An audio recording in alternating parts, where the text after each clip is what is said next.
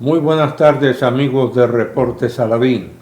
Aquí estamos una vez más, pero en esta ocasión les tengo reservada una sorpresa que es un activo muy valioso hoy para la República Dominicana, porque tener la oportunidad de entrevistar a la doctora Catherine Martínez, una egiptóloga reconocida hoy ya mundialmente, tanto que en la exposición que se hizo en Filadelfia de Cleopatra, la última reina de Egipto, había un póster del tamaño de las paredes de ese museo, donde estaba ella fotografiada con esa gorra típica que tienen los egiptólogos e investigadores, que le cubre parte del cuello, la parte de atrás del cuello. Independientemente de que le dedicaron un número de la revista National Geographic. Con esa presentación iniciamos esta conversación dándole en primer lugar la más cordial bienvenida y por supuesto hablar de lo que han sido las diferentes etapas, porque quien ha conocido a Catherine Martínez desde su infancia y sabe que fue una abogada en ejercicio exitosa y luego convertida en exploradora en Egipto y en egiptóloga, sabe que estamos frente a una persona que tiene ya un prestigio internacional ganado en esta materia. Bienvenido al Reporte Saladín. Gracias, Roberto. Para mí es un gran placer estar sentada con uno de los más importantes intelectuales de la República Dominicana. Muchísimas gracias.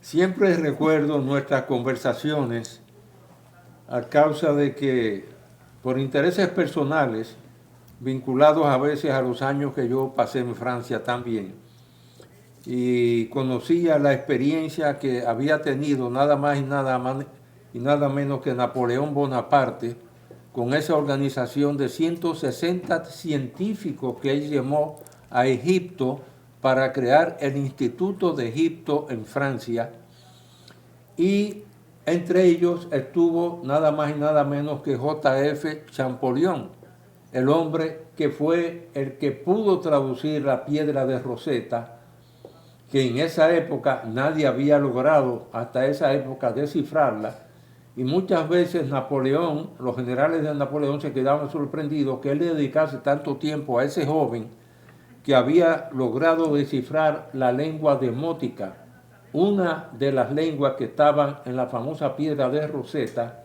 y que años después, en las exploraciones que ha hecho la doctora Catherine Martínez, también logró conseguir precisamente otra de las piedras de Rosetta. Pero con este preámbulo vamos a hablar de en cuál etapa se encuentra actualmente tus exploraciones. La exploración ha dado un giro. Nosotros iniciamos los trabajos con una teoría que me llevaba a buscar la tumba de Cleopatra y otros objetivos en un templo o en unas ruinas de un templo que se encuentra a las afueras de Alejandría, a unos 45 kilómetros hacia el oeste de Alejandría. Era un templo que se consideraba sin importancia, casi totalmente destruido, donde no habían estructuras en pie y se pensaba que ni siquiera había sido terminado.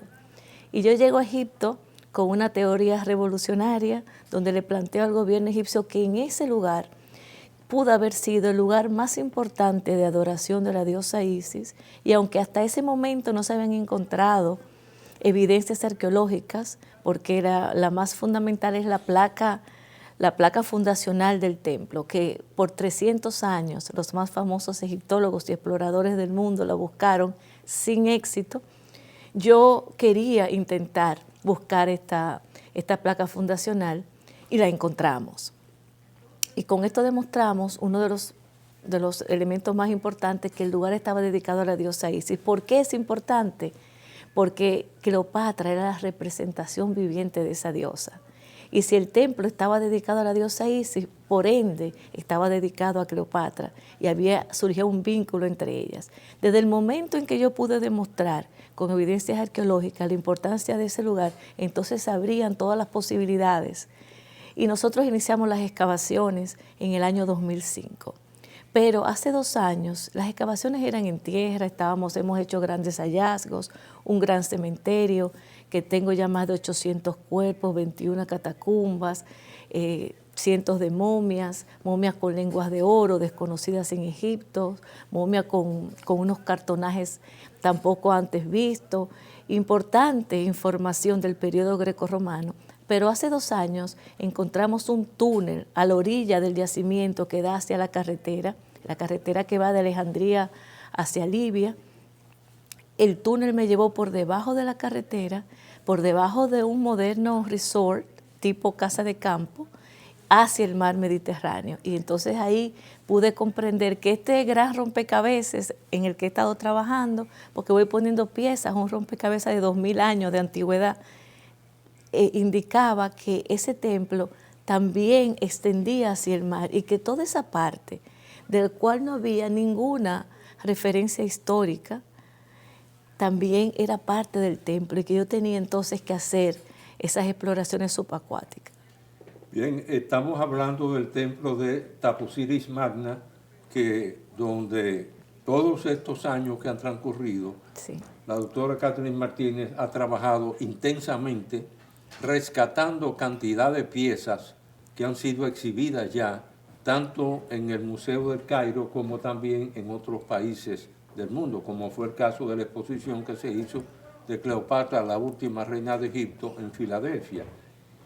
Lo que ha obligado a la doctora Catherine Martínez a convertirse en buzo, sí. algo que ya ha creado en nuestra familia.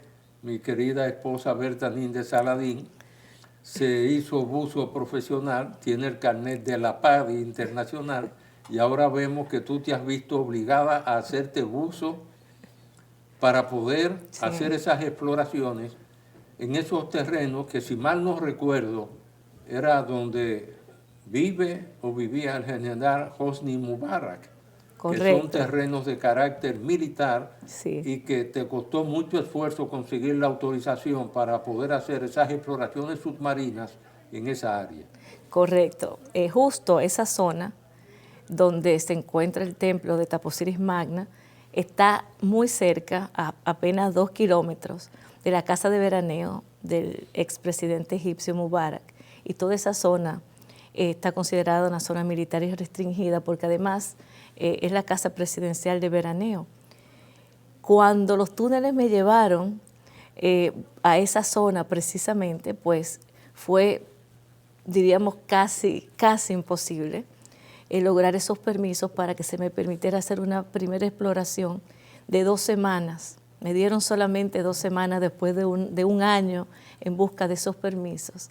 Y justo el último día de esas 2 semanas encontramos que ese túnel se extendía más allá o sea, dentro del mar, algunos kilómetros más, que ha sido un hallazgo importantísimo y ha sido considerado este túnel, que ha salido en todos los medios de comunicación como un milagro de la ingeniería. Sí, recuerdo que tú me mencionaste que el segundo apellido de esa abogada con la que obtuviste la autorización para hacer esas exploraciones submarinas, es de apellido Saladín. Sí, es descendiente, sí. Descendiente de Saladín. Los Saladín. Y curiosamente, cuando yo fui gobernador del Banco Central de República Dominicana, el gobernador del Banco Central de Egipto era de apellido Saladín también. O sea, que es un apellido conocido. Sí. Y ahí, pues, cuando vivió ese héroe de las cruzadas, se construyó la famosa ciudadela Saladín en las afueras de El Cairo. Sí, sí. Pero vamos a insistir en este tema porque en estas exploraciones submarinas tú has tenido contacto con personal técnico especializado en exploraciones de esa categoría. Claro, ya las exploraciones submarinas son más complejas. No solamente es hacerme buzo, pero también tener la experiencia para poder hacer esas investigaciones. Y yo contacté el año pasado, después que teníamos las primeras evidencias de la importancia de lo que podíamos encontrar ahí frente al templo de Taposiris Magnas en el Mediterráneo, contacté al más famoso oceanógrafo del mundo, el norteamericano Dr. Robert Ballard, que es la persona que descubre el Titanic, el Bismarck y más de 150 barcos sumergidos. Tiene el Nautilus, donde él hace exploraciones durante todo el año con su equipo. Tiene los equipos más avanzados de radares, de sonar, para poder hacer las investigaciones. Yo le escribí. Cuando intenté contactarlo a través de unos amigos, me dijeron, bueno, Katherine, la gente me decía, ¿para qué le vas a escribir? Este hombre es muy famoso y ese proyecto no le va a interesar. Bueno, todo el mundo estaba equivocado. Él en menos de una hora me respondió mi email, nos pusimos en contacto, me dijo que sí estaba muy interesado en ese proyecto, que era un proyecto interesantísimo. Me visitó en Egipto en marzo de este año y preparamos el proyecto y ahora en septiembre, octubre hicimos la primera temporada junto a su equipo de la Universidad de New Hampshire, todos especialistas, técnicos, fotógrafos, los más prestigiosos del mundo. Es decir, que para la parte submarina, el proyecto está asociado a investigadores norteamericanos del calibre de Robert Ballard. ¿Y cómo, en parte, cómo se vincula toda esa historia de Alejandría por el hecho de que teniendo aquel faro que era famoso, el faro de Alejandría también, aparentemente hubo un sismo muy poderoso que afectó a toda esa región? ¿Y qué posibilidades hay de que eso esté relacionado con esas exploraciones? Sí, vamos a hacer una breve pausa y retornamos en unos instantes.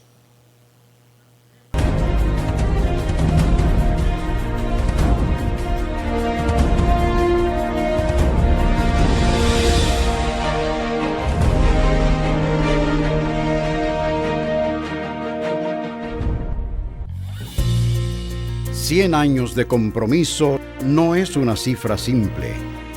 Son más de 1.200 meses de labor continua, 36.000 días de faena de sol a sol, 288.000 horas de trabajo constante. Hoy, un siglo después, seguimos trabajando y progresando junto a miles de dominicanos y con nuestro ejemplo confirmando que el progreso solo vale la pena cuando se convierte en bienestar para todos los que lo construyen. Central Romana Corporation Limited. 100 años de trabajo y progreso, como el primer día. Por naturaleza, somos seres felices. Disfrutamos de quienes nos rodean. Luchamos para alcanzar nuestras metas. Nuestra imaginación descubre mundos y nos impulsa a ser mejores. Por eso buscamos el mejor sabor de la naturaleza. Yogurt Rica. Encuéntralos en nuestros nuevos sabores: natural sin lactosa, chocolate, piña y piña colada. Con menos azúcar y mejor sabor. Perfeccionamos lo mejor de la naturaleza porque la vida es rica.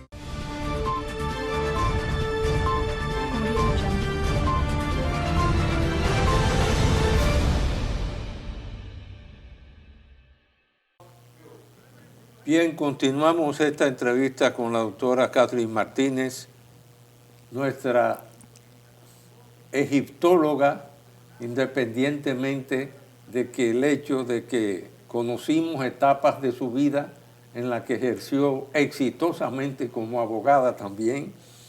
Pero volviendo al tema, cómo estos trabajos ahora submarinos, el programa de trabajo que se va a realizar, ¿cuál es el contenido y alcance del mismo?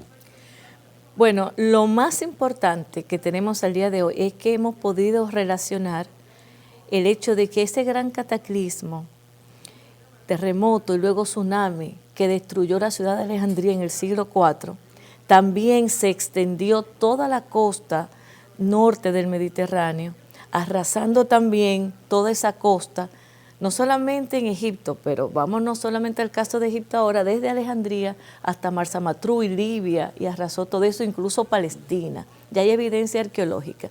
Lo que no había era evidencia arqueológica de la destrucción de esa zona que está a 45 kilómetros al oeste de Alejandría, cuando se destruye el gran faro de Alejandría, el palacio de Cleopatra, la biblioteca de Alejandría, el Museión, la primera universidad de Egipto y del momento, la primera universidad diríamos de la época clásica de Egipto. En ese momento se destruye también la ciudad de Taposiris Magna, pero no quedaron récords históricos. El solo hecho de que ya nosotros hayamos traído a la luz la existencia de cómo se extiende ese terremoto, como recientemente ha ocurrido con los terremotos que ha habido en esa zona. Entonces, como en Turquía, que alcanzó más de 400 kilómetros los daños, así mismo ocurrió hace 2000 años en Egipto. Nosotros tenemos ya esa evidencia y estábamos buscando qué más pudo haber ahí y qué era parte de lo que yo estoy buscando.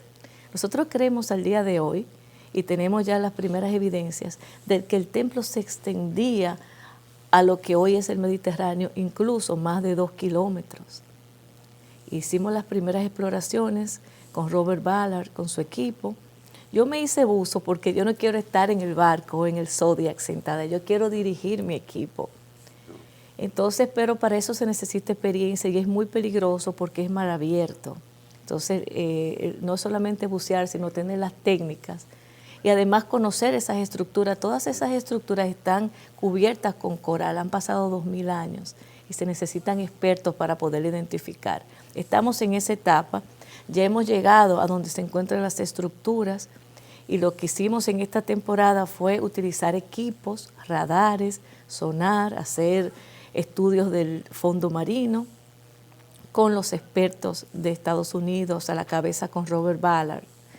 Y entonces él pudo ubicar las estructuras. ¿Qué viene para la próxima temporada? Ya con los objetivos que tenemos, los puntos de interés, entonces vamos a ir directamente a bucear y entonces a excavarlos. La verdad es que el personaje de Cleopatra, que es la meta de esta búsqueda, es un personaje realmente que cuando uno piensa que ella era de un hijo de Alejandro, que se inserta y crea la dinastía tolemaica a la que ella perteneció, o sea que era una cultura griega, pero era la única que hablaba también el idioma nativo en Egipto, dentro de todos los idiomas que ella hablaba. Y esa relación que ella tuvo, primero con Julio César, con el que tuvo el hijo Cesarión, que luego Octavio, debido a la relación que ella tuvo luego del asesinato de Julio César, entra en una relación con Marco Antonio también, Sí. que es una relación muy apasionada y que causa un problema con Octavio, que fue el sobrino designado por Julio César para sustituirlo, y crea una confrontación. Tienen una batalla naval que pierde Marco Antonio y él regresa a Egipto y ahí es que viene prácticamente, él se desangra en brazos de Cleopatra y Cleopatra, ante la decisión de Marco Antonio de capturarla para llevársela como un botín para Roma, ella toma la decisión de dejarse picar por una serpiente, un áspid, y morir envenenada. Sí. Pero toda esa historia hacia atrás, que inclusive Hollywood la ha firmado con actores de la talla de Elizabeth Taylor y otros actores muy conocidos, es lo que está en el fondo también de toda esta búsqueda. Yo que viví en Berlín Occidental y que en el Museo del Cairo está Nefertiti, y una cantidad de tesoros egipcios también impresionantes. Creo que la búsqueda y hallazgo de lo que es esa tumba donde están los restos de Cleopatra es una de las, a través de la historia, estamos hablando de un país que tiene 4.000 años de historia, y cuidado hacia atrás. Hacia atrás, sí. Y cuidado hacia atrás. Y sobre todo los cultos religiosos derivados de lo que fue la religión y cómo Cleopatra se identificaba con esa diosa que era la representación, ella era la representación viviente de esa diosa. Correcto. Todas esas ideas son las que me hacen ubicar la tumba de Cleopatra en un lugar que nadie había pensado. Por eso se le llama a mi teoría una teoría revolucionaria. Yo he venido a cambiar todos los preceptos que había en Egipto, pero he ido poco a poco demostrando que sí tenían fundamento y he ido encontrando las evidencias arqueológicas que sustentan mi teoría. Ya el día de hoy, este es uno de los proyectos, de los 5 proyectos más importantes que tiene Egipto y que lo sabe y se le ha informado de los pocos proyectos arqueológicos que el presidente actual egipcio lo conoce y tiene interés. Me han acogido en Egipto, me han dado los permisos que ha sido necesario, no para las exploraciones en tierra, porque esas me parecían difíciles, pero no fueron tan difíciles como las exploraciones marinas. Era una zona militar, esa zona militar se toma la decisión, una decisión de Estado, de abrirme esa zona militar para que yo pudiera hacer por primera vez un proyecto científico dentro de una zona militar. Y este año la Marina de Guerra egipcia toma la decisión de unirse al proyecto. Y eso es un apoyo inmenso. Utilizamos los barcos de la Marina, utilizamos los técnicos del Departamento Hidrográfico de la Marina, y fue un proyecto histórico. Estábamos junto con los científicos norteamericanos de primer nivel, Larry Mayer, Robert Ballard, y junto a la Marina, y fueron 2 meses intensos con grandes resultados. Bueno, nosotros esperamos que en estas exploraciones culminen exitosamente, aunque uno sabe que proyectos de esta magnitud se extienden a lo largo del tiempo y que la paciencia es una de las virtudes más importantes en esa búsqueda. Quisiéramos aprovechar esta oportunidad para darte las gracias más expresivas por esta entrevista, ya que sabemos que tu tiempo en República Dominicana es muy corto, y aprovechar esta oportunidad también porque estamos hablando que hoy es el 3 de diciembre, domingo, que es un mes donde para los dominicanos las Navidades representan un periodo familiar muy especial. Desearles a todos que tengan una feliz Navidad, pero al mismo tiempo también no podemos dejar de mencionar que recientemente República Dominicana estuvo sometida prácticamente a los efectos de tormentas que fueron devastadoras, con la muerte de una cantidad de dominicanos también, y por supuesto asociarnos a esas familias,